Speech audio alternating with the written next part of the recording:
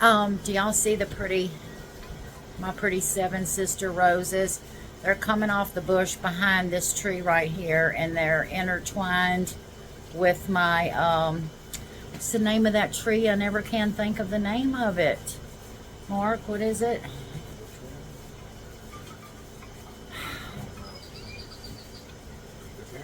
No, the one that the roses is covering out there.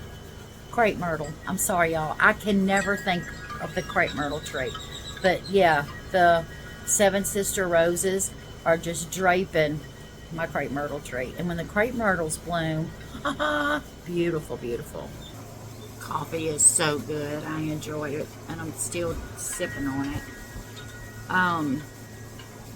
I burnt my finger last night when I was taking my pizza out the oven. I burn my hands so often. I've been cooking since I was 15 years old.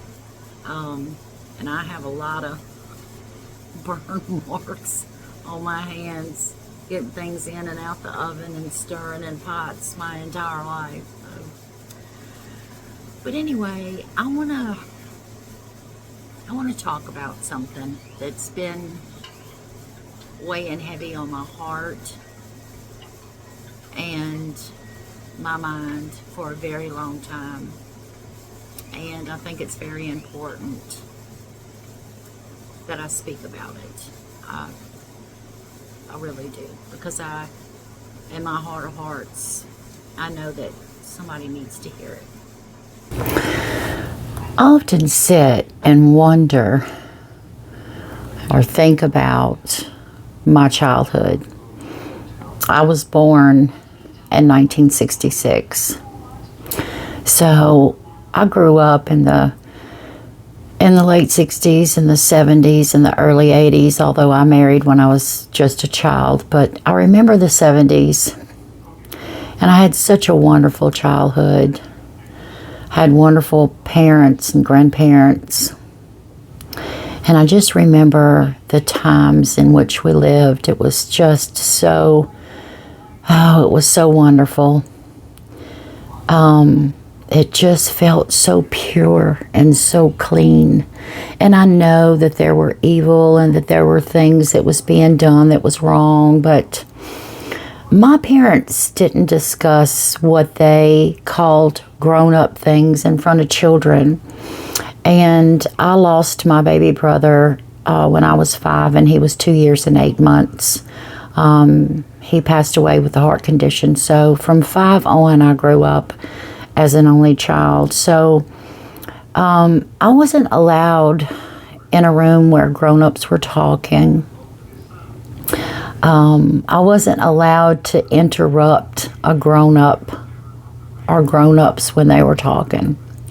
As a matter of fact, when my mom and dad would go visit, and back then you used to visit, families would visit other families, that was a thing to do on Friday night, Saturday night, or Sunday. We would all, me, mom, and daddy would load up and go visit somebody and have coffee and a piece of dessert. And if there were children there, us kids would go and play. And I always got that talking to, you do not interrupt when grown people are talking, and you better be on your best behavior and use your manners, which meant that I better say yes, ma'am, and no, ma'am, and yes, sir, and no, sir.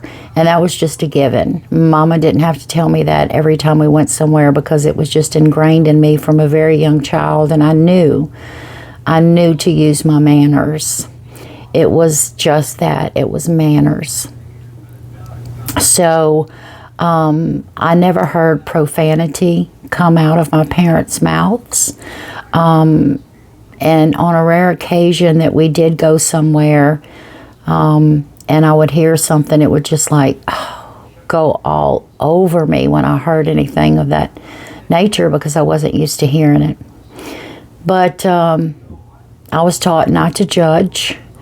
That was for that person. That was who that person was. And I was taught to love everybody and care for everybody. I remember I was in the 9th grade when Ronald Reagan was shot. And They announced that over the intercom. We were saying the Pledge of Allegiance. And right after that was over and our school announcements was over, our principal announced that. Well, we prayed, and I was bothered the whole day at school. I could not wait to get home so my mother could explain everything to me. And I remember that one of his bodyguards, Jim Brady, was hurt the worst. And they did not know if he was going to make it. Now, I'm a junior in high school, so this has me crying at night. I clearly remember clenching in the bed at night and just praying to God and crying that he would heal Jim Brady. I will never forget that in my whole life. I prayed for that man because I saw him laying there so lifeless. They showed his family. I kept up with every interview. I listened to every report. And of course, I was so glad that Ronald Reagan made it. And see, this has nothing to do with politics. It just has to do with a person. People had empathy and compassion back then. We as a family, when somebody moved in our neighborhood, my mother would bake cookies or bake a cake, and we would go walk over and introduce ourselves and welcome them to the neighborhood. If there was a family in our neighborhood where we knew that they were going through hard times, there was a family across the street from us where the dad had lost his job, and they had 4 children, I believe, and my mother would cook for them and bring them food, and she would ask what they needed. Although she knew that they needed something, she would just ask, what is it that I can do? And we helped them. We helped some family members out that fell on hard times, and it wasn't something that we ever talked about openly. We never let anybody else know that that's what was going on. It was just something that the Lord had laid on my parents' hearts. TV shows were so innocent and so wholesome. Family was promoted. You didn't hear profanity on TV. You just didn't hear it because it wasn't allowed. They did not allow shows that showed nudity whatsoever. I was so naive that there's some verbiage that I didn't even, and words that I didn't even know what it meant until I was in high school. And I really felt crazy when my friends were, by that time openly talking about different things, and I'm like, I would try to get out of the conversation because I had no idea what they were talking about. And I'm proud of that. I'm proud of that. My Friday nights consisted of me and my parents going to the mall, getting ice cream and people watching. That's what we loved to do. Or we would go to a movie and eat popcorn and laugh at the movie. Saturdays we would go to the mall.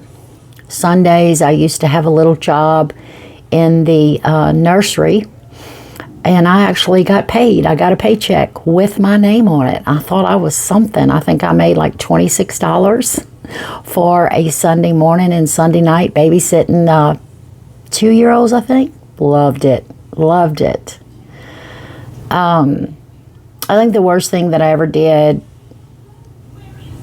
that I thought I was doing behind my mother's back, when I was about 9 years old, she made me really mad. Probably told me I couldn't have something that I wanted. She turned her back, and I felt so bad after I did it, but I got caught.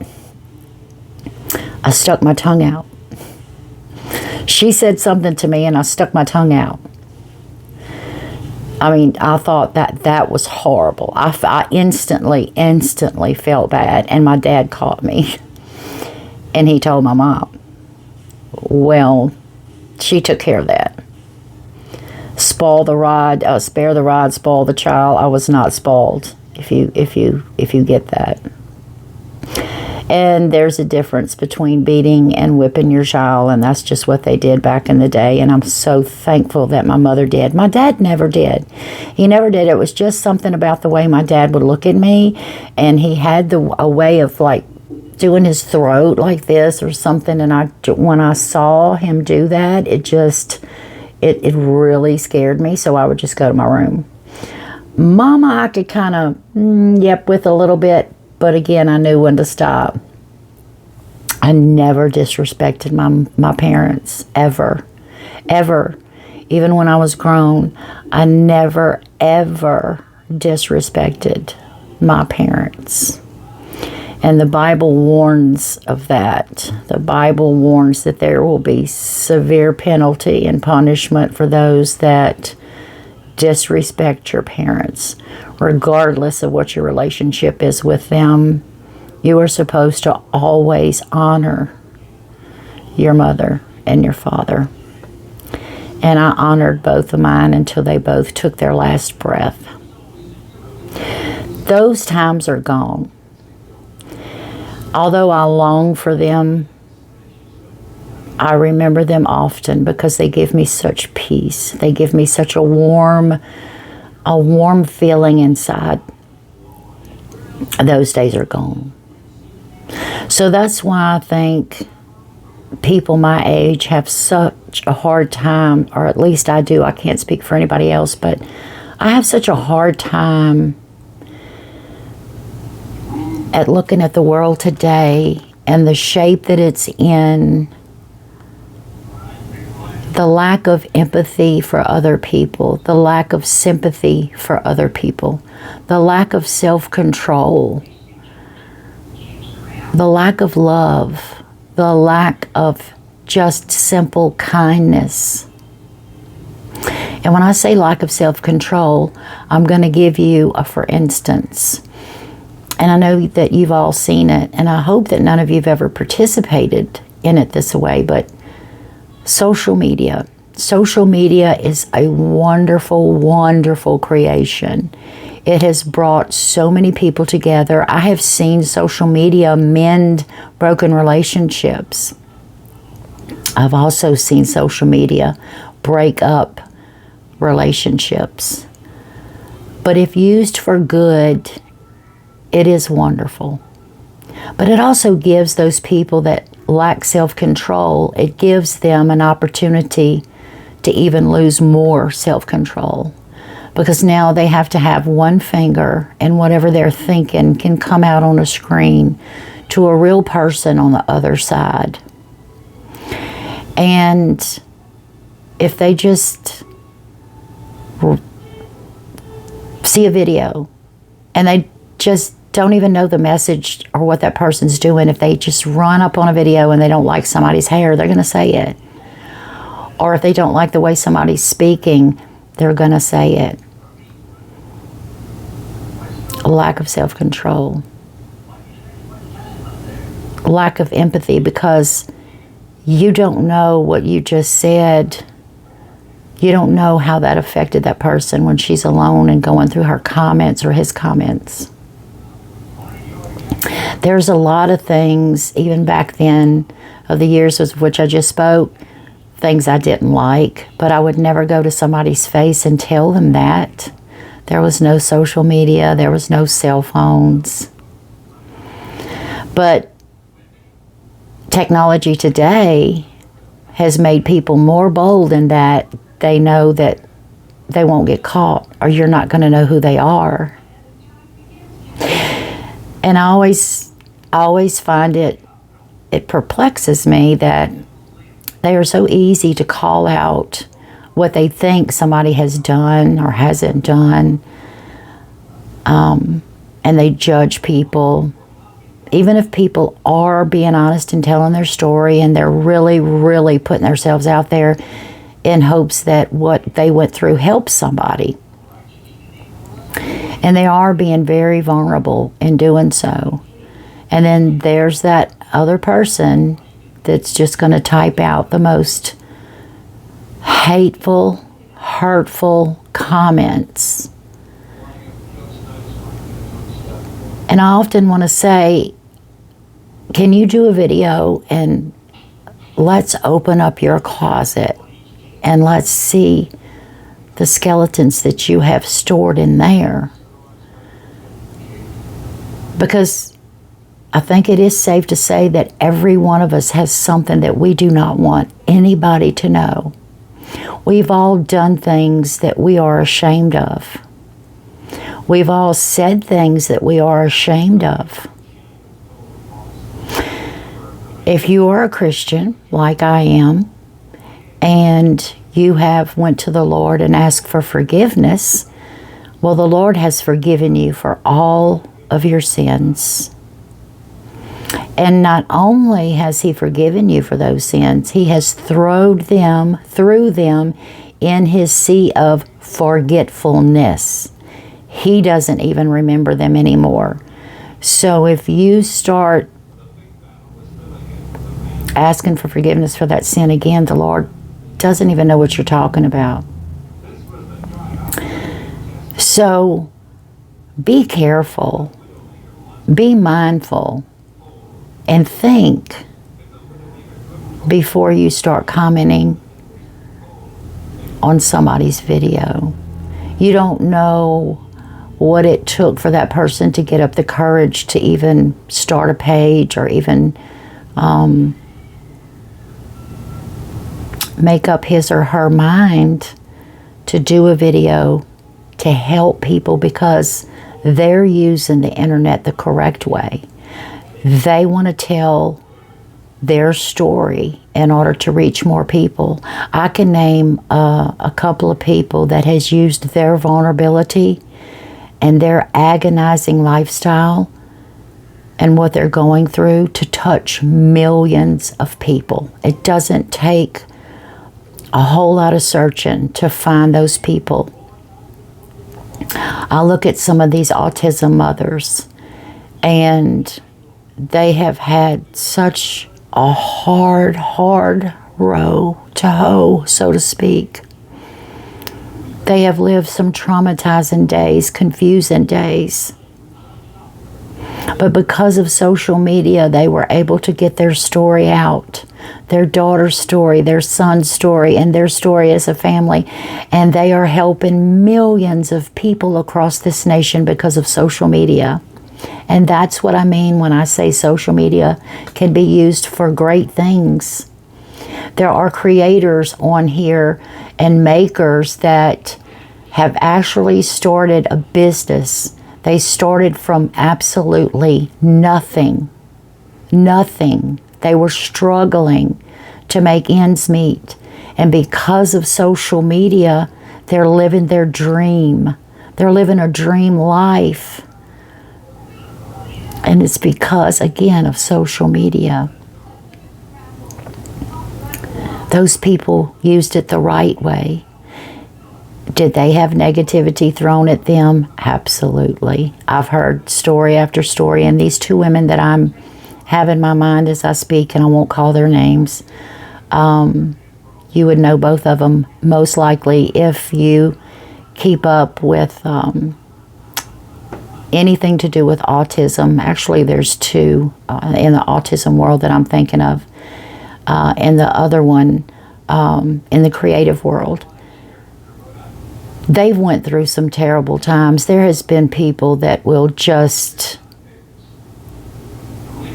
beat them down verbally and tell them what they should and should not do. But had they listened to those people, they wouldn't be where they are today. Everybody's going to have an opinion, and that's okay. Healthy debates are okay. Healthy debates are okay. If you have a question about something that pertains to what they're talking about and you want more information, well, most definitely ask it.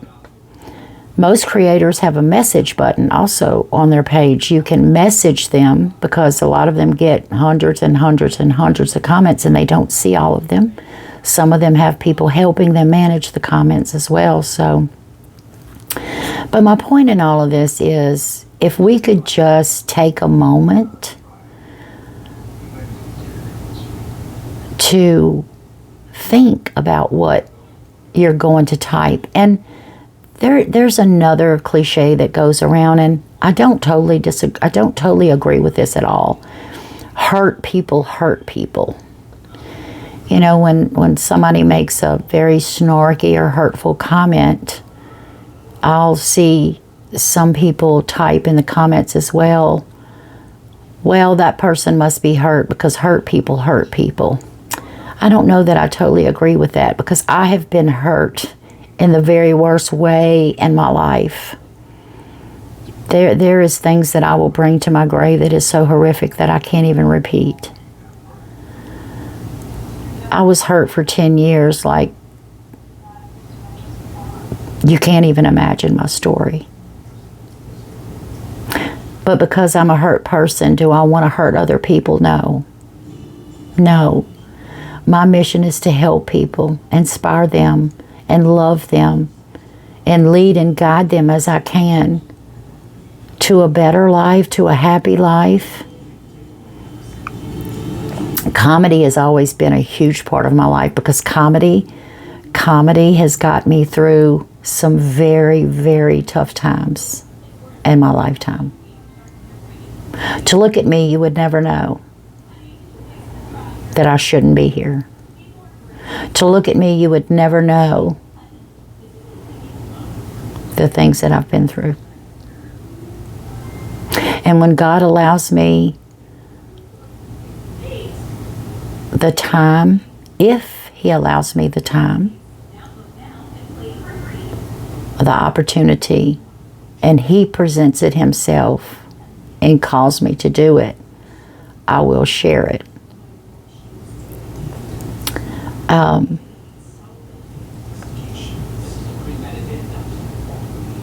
But that's just what I wanted to share.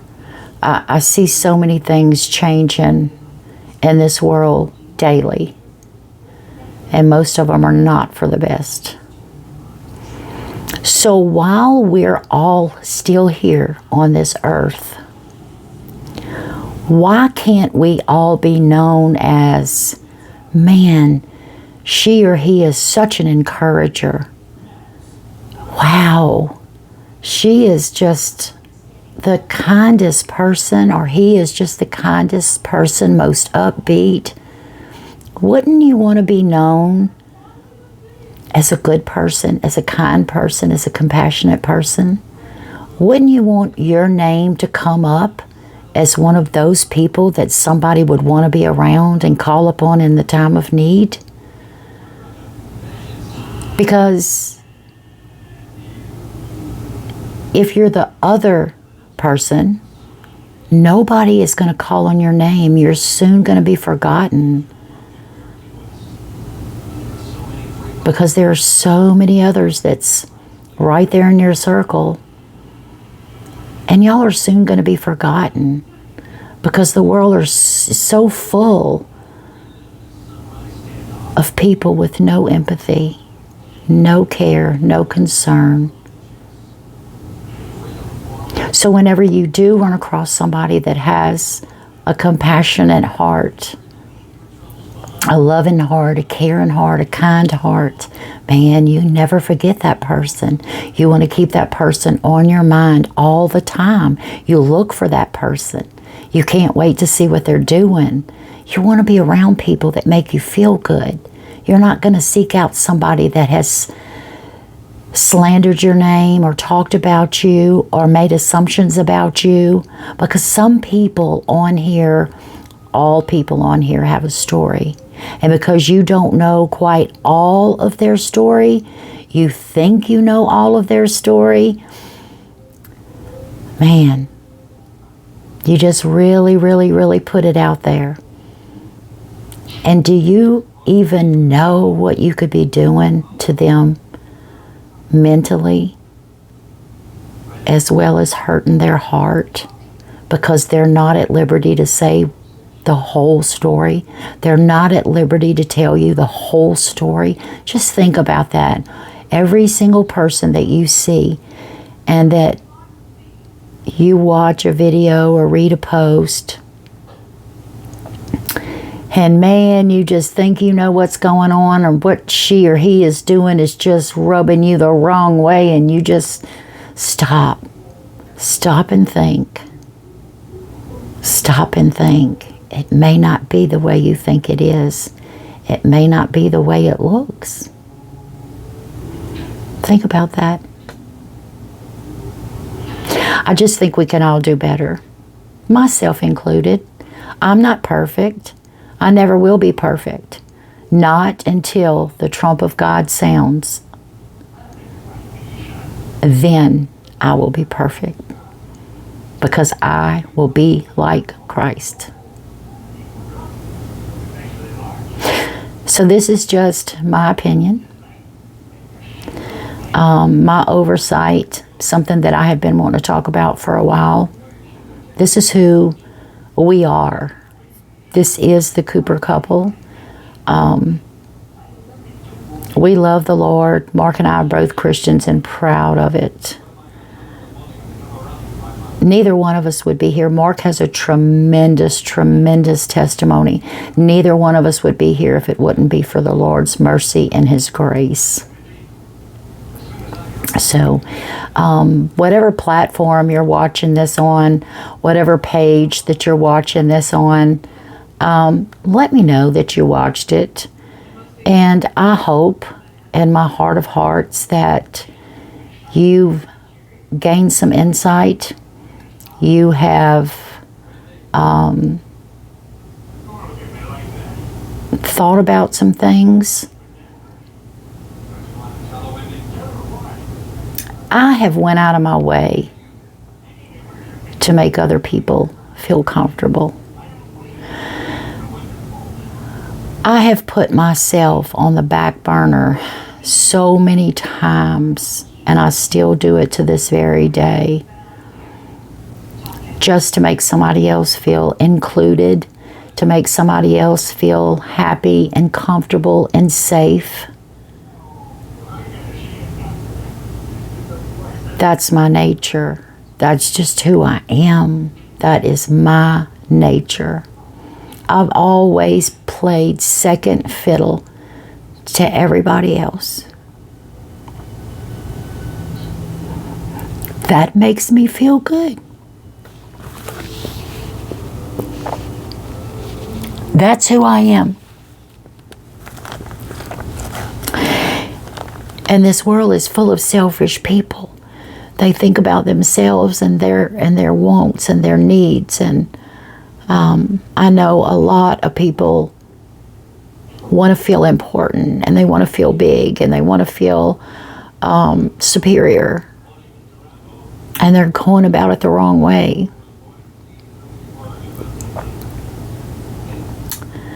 I know I come from a different generation, a different time.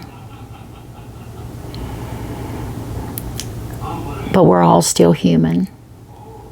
We have feelings and we have emotions. The Bible says that we're in this world, but we're not to be of the world. The times are changing, but I'm not. Now, my hairstyle has changed. My likes and dislikes in clothes and furniture and makeup and things like that. Of course those things change. That's not at all what I'm talking about, and I hope you realize that. Your heart. Your heart. You should have a heart for people. Compassion, love, and respect. Respect. Respect is earned, not given. Go and make somebody smile this week. Go and let somebody know that you care. When I leave this world, the people that do come,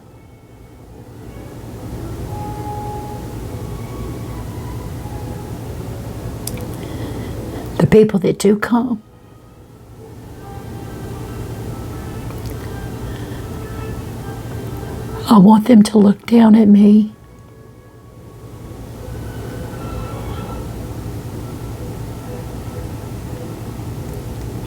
I want them to look down at me and say, she had such a beautiful heart.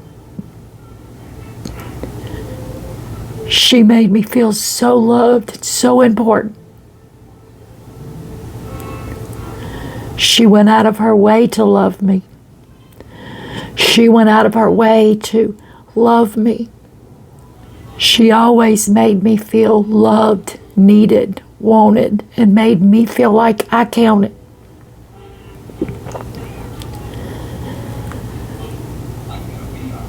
That's my heart's desire.